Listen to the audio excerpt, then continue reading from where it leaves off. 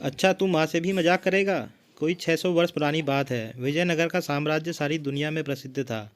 उन दिनों भारत पर विदेशी आक्रमणों के कारण प्रजा बड़ी मुश्किलों में थी। हर जगह लोगों के दिलों में दुख, चिंता और गहरी उधेड़-बुन थी। पर विजयनगर के प्रतापी राजा कृष्णदेव राय की कुशल शासन व्यवस्था, न्याय प्रियता और प्रजा वात्सल्यता के कारण वहाँ प्रजा बहुत खुश थी। राजा कृष्णदेव राय ने प्रजा में मेहनत और सद्गुणों के साथ साथ अपनी संस्कृति के लिए स्वाभिमान का भाव पैदा कर दिया था। इसलिए विजयनगर की ओर देखने की हिम्मत किसी विदेशी आक्रांता की नहीं थी। विदेशी आक्रमणों की आदि के आगे विजयनगर एक मजबूत चट्टान की तरह खड़ा था। साथ ही वहाँ लोग साहित्य और कलाओं से प्रेम करने वाले तथा परिहास प्रिय थे। उन्हीं दिनों की बात है। विजयनगर के तेनाली गांव में एक बड़ा बुद्धिमान और प्रतिभा संपन्न किशोर था। उसका नाम था रामलिंगम। वह बहुत हंसौड़ा और हाजिर जवाब था। उसकी हास्यपूर्ण बातें और मजाक तेनाली गांव के लोगों को खूब आनंदित करते थे। रामलिंगम खुद ज़्यादा हंसता नहीं था, पर धीरे से कोई ऐसी चतुराई की बात कहता कि सुनने वाले हंसते हंसते लोटपोट हो जाते। उसकी बातों में छिपा हुआ व्यंग और बड़ी सूझबूझ होती, इसलिए वह जिसका मजाक उड़ाता वह शख्स भी द्वेष भूलकर औरों के साथ खिलखिलाकर हंसने लगता।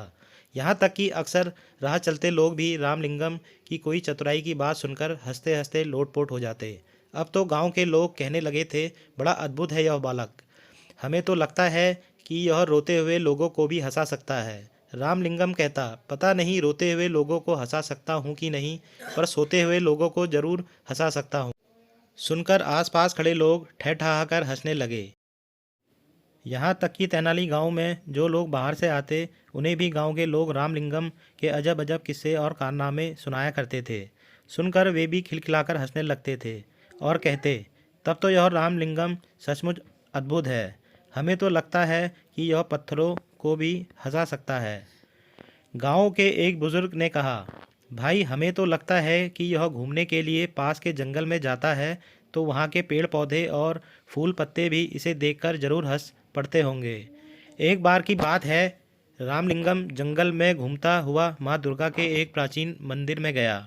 उस मंदिर की मान्यता थी और दूर दूर से लोग वहाँ माँ दुर्गा का दर्शन करने आया करते थे। रामलिंगम भीतर गया तो माँ दुर्गा की अद्भुत मूर्ति देखकर मुग्ध रह गया। माँ के मुखमंडल से प्रकाश फूट रहा था। रामलिंगम की मानो समाधि लग गई। फिर उसने दुर्गा माता को प्रणाम किया और चलने लगा। तभी अचानक उसके मन में एक बात अटक गई।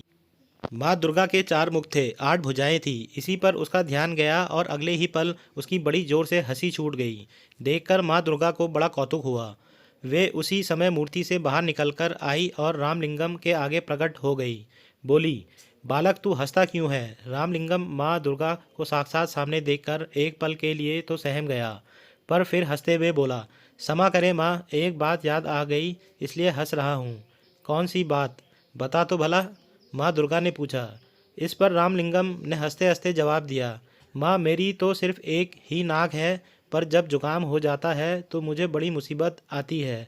आपके तो 4 मुख हैं और भुजाएं भी 8 हैं, तो जब जुकाम हो जाता होगा तो आपको और भी ज़्यादा मुसीबत। रामलिंगम की बात पूरी होने से पहले ही माँ दुर्गा खिलखिलाकर हंस पड़ी। बोली, हट पगले, तू माँ से भी मजाक करता है? फिर हंसते हुए उन्होंने कहा, पर आज मैं समझ गई हूँ कि तुझमें हास्य की बड़ी अनोखी सिद्धि है। अपनी इसी सूझबूझ और हास्य के बल पर तू नाम कमाएगा और बड़े बड़े काम करेगा। पर एक बात याद रख, अपनी इस हास्य वृत्ति का किसी को दुख देने के लिए प्रयोग मत करना। सबको हंसाना और दूसरों की भलाई के काम करना। जा तू राजा कृष्णदेव राय के दरबार में जा, वही तेरी प्रतिभा का पूरा सम्मान करेंगे। उस दिन रामलिंगम दुर्गा माँ के प्राचीन मंदिर से लौटा तो उसका मन बड़ा हल्का फुल्का था। लौटकर उसने माँ को यह अनोखा प्रसंग बताया। सुनकर माँ चकित रह गई और फिर होते होते पूरे तेनाली गांव में यह बात फैल गई कि रामलिंगम को दुर्गा माँ ने बड़ा अद्भुत वरदान दिया है। यह बड़ा नाम कमाएगा और बड़े बड़े काम करेगा। उसके साथ ही साथ तेनाली गांव का नाम भी ऊंचा होगा।